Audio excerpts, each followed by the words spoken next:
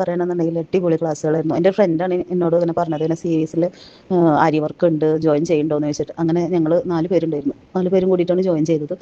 അൽഹംദുലില്ലാ എല്ലാവർക്കും നന്നായിട്ട് ചെയ്യാൻ പറ്റി. പിന്നെ അടിപൊളിയായിരുന്നു ക്ലാസ്. 2 മാസക്കാലം പോയതേ അറിഞ്ഞില്ല.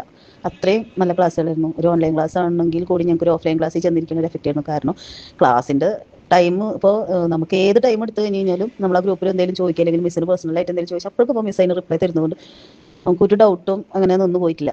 എല്ലാം ക്ലിയർ ചെയ്തിട്ട് തന്നെ പോയത്.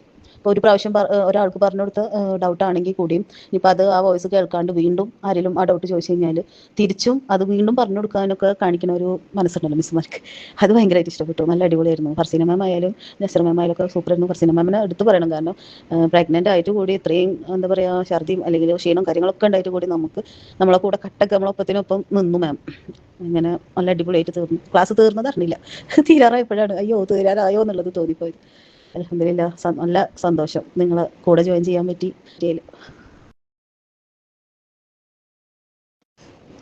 നമ്മൾ ചെയ്ത എല്ലാ വർക്കിനും നമ്മൾ ഗ്രൂപ്പിൽ സബ്മിറ്റ് ചെയ്യാറുണ്ടല്ലോ. ചെയ്യുമ്പോൾ ആദ്യം തൊട്ടിട്ട് അവസാനം വരെ ചെയ്ത എല്ലാ വർക്കിനും എക്സലൻ്റ് ആണ് കിട്ടിയിട്ടുള്ളൂ. അൽഹംദുലില്ലാ അത്രയും നന്നായി ചെയ്യാൻ പറ്റി.